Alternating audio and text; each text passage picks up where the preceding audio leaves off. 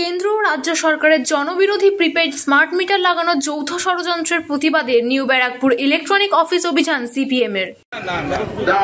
সবথেকে বড় কথা স্টেশন মাস্টার যেটা বলছে যে আপনার এই মিটারে জিরো বিল আসা সম্ভব, ঠিক আছে, কিন্তু বাড়িতে এমনও লোক আছে 3 দিন বাইরে ঘুরতে গেছে, মেন সুইচ বন্ধ করে 80 টাকা করে 3 দিনে 240 টাকা বিল এসছে।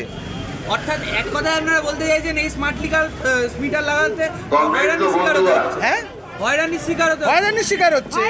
অনেক বিল উঠে যাচ্ছে, বিল ওঠে না। কি চাইছেন এখন? হয় পুরনো মিটার ফিরিয়ে দেওয়া হোক,